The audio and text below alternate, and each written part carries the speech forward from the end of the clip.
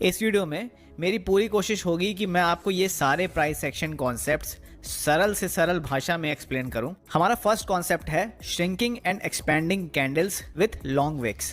तो यहाँ आप देख सकते हैं मार्केट इस लेवल तक ऊपर जाता है, फिर रिवर्स हो जाता है। तो यहाँ हमने एक रेजिस्टेंस लेवल ड्रॉ कर लिया।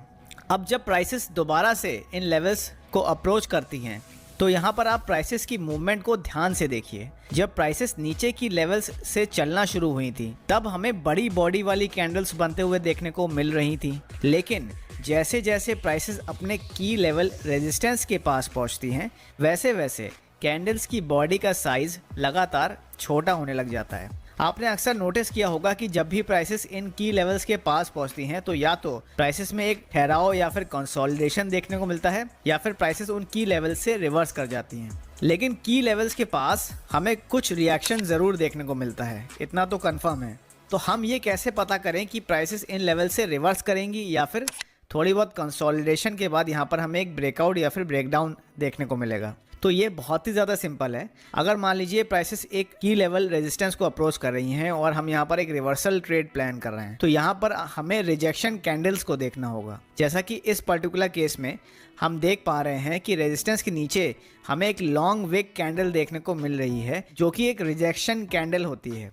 अब इस पर्टिकुलर सिनेरियो में हमें एक लॉन्ग अपर कैंडल देखने को मिल रही है। तो कैंडल का लॉन्ग अपर विक हमें ये शो कर रहा है कि पहले बायर्स प्राइसेस को रेजिस्टेंस लेवल के ऊपर ले जाने की कोशिश करते हैं, लेकिन काफ़ी ज़्यादा शॉर्ट या फिर सेलिंग पोजीशंस बिल्डअप होने की वजह से वो ऐसा नहीं कर पाते हैं और सेलर्स प्राइसेस को दोबारा नीचे की ओर पुश कर देते हैं और इसीलिए यहाँ पर एक लॉन्ग अपर विक कैंडल फॉर्म हो जाती है, जिससे हमें ये पता चल रहा होता है कि मार्केट के एक की रेजिस्टेंस लेवल पर हमें स्ट्रॉन्ग सेलिंग प्रेशर देखने को मिल रहा है, जो यह इंडिकेट कर रहा है कि अब यहाँ से प्राइसेस रिवर्स करके नीचे की ओर जा सकती हैं। तो यहाँ हमारे पास अभी तक टोटल 3 कंफर्मेशन आ चुकी हैं। पहली है श्रिंकिंग कैंडल्स, नंबर 2 है की एरिया रेजिस्टेंस और नंबर 3 है एक रिजेक्शन कैंडल। तो अगर यहाँ पर एक मान लीजिए रेड बॉडी कैंडल स्टिक बनती है जो कि लॉन्ग विक कैंडल के लो के नीचे बंद हो जाए तो हम यहाँ पर शॉर्ट सेल कर सकते हैं। अब एक और एग्जांपल की मदद से इस कॉन्सेप्ट को समझने की कोशिश करते हैं।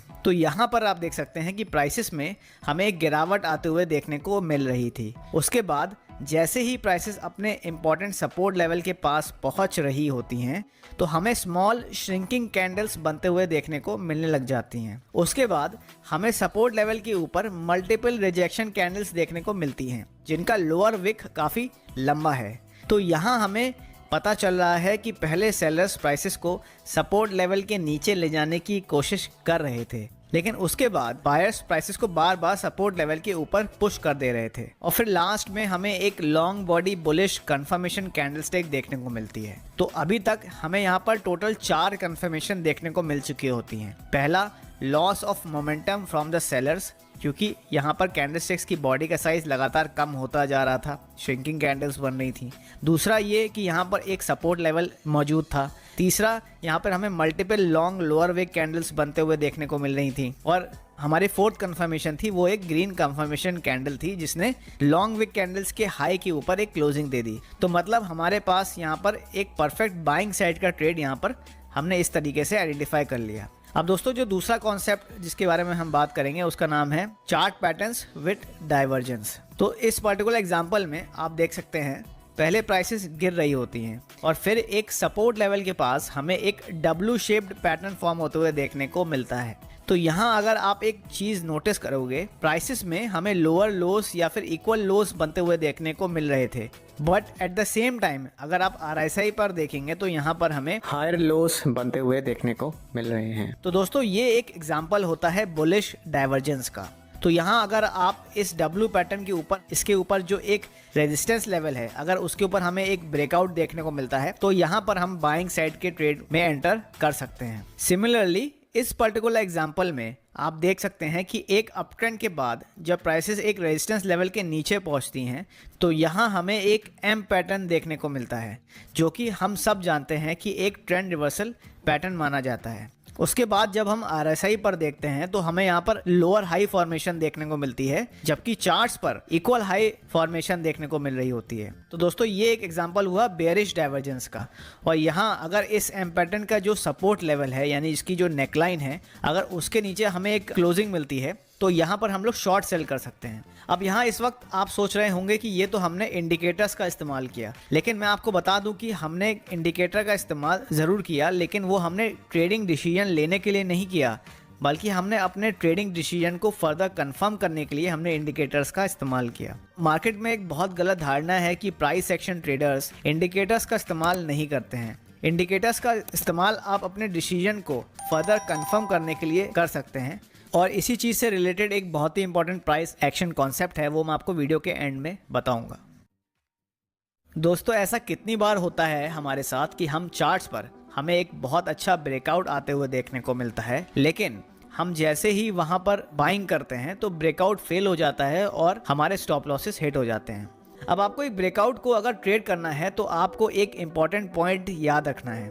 अगर ब्रेकआउट से पहले प्राइसेस किसी की लेवल के नीचे थोड़ा बहुत टाइम स्पेंड करती हैं, मतलब हमें यहाँ पर एक प्राइसेस में एक बिल्डअप देखने को मिलता है, एक कंसोलिडेशन देखने को मिलती है, और उसके बाद अगर हमें की लेवल के ऊपर ब्रेकआउट देखने को मिलता है तो यहाँ पर बहुत ही ज़्यादा हाई चांसेस हो जाती हैं कि ये जो ब्रेकआउट है वो जेन्युइन है। क्योंकि दोस्तों एक इम्पॉर्टेंट लेवल के नीचे प्राइसेस में इस तरह से बिल्डअप फॉर्म होना यह दर्शाता है कि जो बिग इंस्टीट्यूशंस हैं, बिग प्लेयर्स हैं, वो उस पर्टिकुलर शेयर को उन की लेवल्स के नीचे एक्यूमुलेट कर रहा है।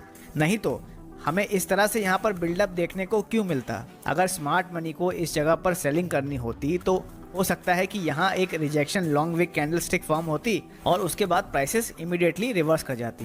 ये जो बिल्डअप यहाँ पर हुआ है, इसके पीछे के लॉजिक को समझने की कोशिश करिए। जिस स्मार्ट मनी ने दोस्तों इस शेयर को लोअर लेवल्स पे बाय किया है, वो ये नहीं चाहता कि शेयर की प्राइसेस अब इन लेवल से नीचे की तरफ जाएं। वो ये चाहता है कि शेयर की प्राइसेस इन की लेवल रेजिस्टेंस के और ऊपर जाएं। इसीलिए रेजिस्टेंस के नीचे जैसे ही कोई सेल करता है तो तुरंत उसे कोई बाय भी कर लेता है, और इसी वजह से यहाँ पर एक प्राइसेस में हमें एक बिल्डअप या फिर कंसोलिडेशन फॉर्म होते हुए देखने को मिलती है।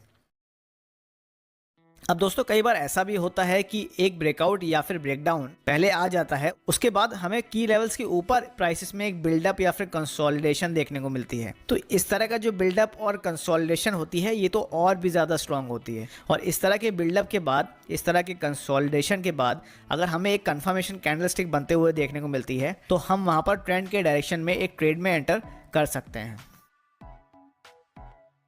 अब दोस्तों मान लीजिए आप एक इंट्राडे ट्रेडर हैं और आप ट्रेड लेने के लिए 15 मिनट या फिर 10 मिनट के टाइम फ्रेम पर एनालिसिस करते हैं। अब मान लेते हैं कि आपको 15 मिनट टाइम फ्रेम चार्ट्स पर एक बहुत अच्छा ब्रेकआउट देखने को मिल रहा है।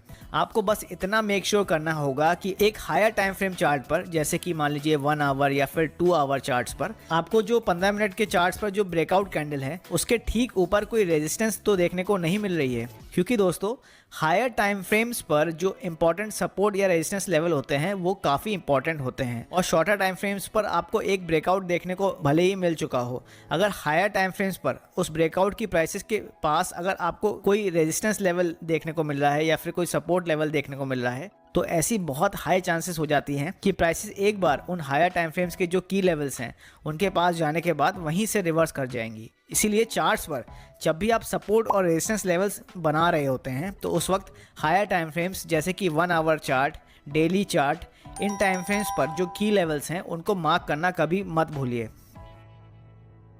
अब दोस्तों जब कभी भी मार्केट एक ट्रेंडिंग फेज में होती है तो ऐसी मार्केट में हम ट्रेड लेने के लिए प्राइसेस को पहले प्रीवियस की लेवल्स तक लौटने का वेट करते हैं। तो यहाँ पर जो प्रीवियस रेजिस्टेंस लेवल होते हैं वो बन जाते हैं सपोर्ट, और जो प्रीवियस सपोर्ट लेवल्स होते हैं वो बन जाती हैं रेजिस्टेंस। अब दोस्तों कई बार क्या होता है कि इंस्टीट्यूशंस जानबूझकर प्राइसेस को इन की लेवल्स के ऊपर या फिर नीचे पुश कर देती हैं, जिसको कि नए ट्रेडर्स एक ब्रेकआउट या फिर ब्रेकडाउन समझ के एक रिवर्सल साइड के ट्रेड में एंटर कर जाते हैं। तो एक ट्रेंडिंग मार्केट में आपको पहले प्राइसेस को इन की लेवल्स को रिटेस्ट करने देना चाहिए। उसके बाद आपको यहाँ पर पहले ये देखना चाहिए कि प्राइसेस इन की लेवल्स के पास किस तरीके से बिहेव कर रही हैं, और अगर मान लीजिए कोई ब्रेकआउट या फिर ब्रेकडाउन आता है तो उस वक्त आपको इमीडिएटली ट्रेड में एंटर नहीं करना है। ऐसा हो सकता है कि प्राइसेस एक ब्रेकआउट या फिर ब्रेकडाउन आने के बाद दोबारा से की लेवल्स के ऊपर या फिर नीचे चली जाएं। जब इस तरीके का ट्रेड सेटअप बनता है दोस्तों, तो ऐसी बहुत ही ज़्यादा हाई चांसेस हो जाती हैं कि ट्रेंड का जो ओरिजिनल डायरेक्शन था, प्राइसेस ट्रेंड के ओरिजिनल डायरेक्शन में फिर से कंटिन्यू कर सकती हैं।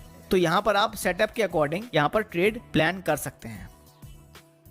अब हमारा 7th प्राइस एक्शन कॉन्सेप्ट का नाम है कॉन्फ्लुएंस। ट्रेडिंग में कॉन्फ्लुएंस का मतलब बहुत सिंपल है। मान लीजिए कि मार्केट एक डाउन ट्रेंड में है, उस डाउन ट्रेंडिंग मार्केट में प्राइसेस बार बार एक अपर ट्रेंड लाइन को रिटेस्ट करके नीचे आ जाती हैं। तो इसका मतलब हुआ कि प्राइसेस जब दोबारा इन लेवल्स को रिटेस्ट करेंगी तो हमारे पास एक शॉर्ट सेलिंग अपॉर्चुनिटी होगी। अब मान लीजिए प्राइसेस अपर ट्रेंड लाइन को फिर से रिटेस्ट करती हैं, तो यहाँ पर पहली कंफर्मेशन तो हमें मिल गई जब प्राइसेस ने इन लेवल्स को रिटेस्ट करा। उसके बाद हमने यहाँ पर एक लोअर ट्रेंड लाइन ड्रॉ कर दी। फिर जब उस लोअर ट्रेंड लाइन का सपोर्ट ब्रेक हुआ तो हमारी सेकंड कंफर्मेशन हमें मिल गई। उसके बाद आपने मान लीजिए RSI इंडिकेटर पर देखा, तो यहाँ पर आपको RSI भी 70 के ऊपर की एक ओवरबॉट रीडिंग यहाँ पर देखने को मिल रही होती है। उसके बाद एक मान लीजिए यहाँ पर हमने एक और इंडिकेटर की मदद ले ली, जैसे कि 200 डे मूविंग एवरेज। तो यहाँ पर हमें 200 डे मूविंग एवरेज की भी रेजिस्टेंस देखने को मिल रही होती। तो इस चीज़ को हम लोग बोलते हैं कॉन्फ्लुएंस। यहाँ पर हमारे सेल सिग्नल के लिए हमारे पास मल्टीपल कन्फर्मेशंस का हमने इस्तेमाल किया। तो दोस्तों इसी तरह आपको भी ट्रेडिंग करते वक्त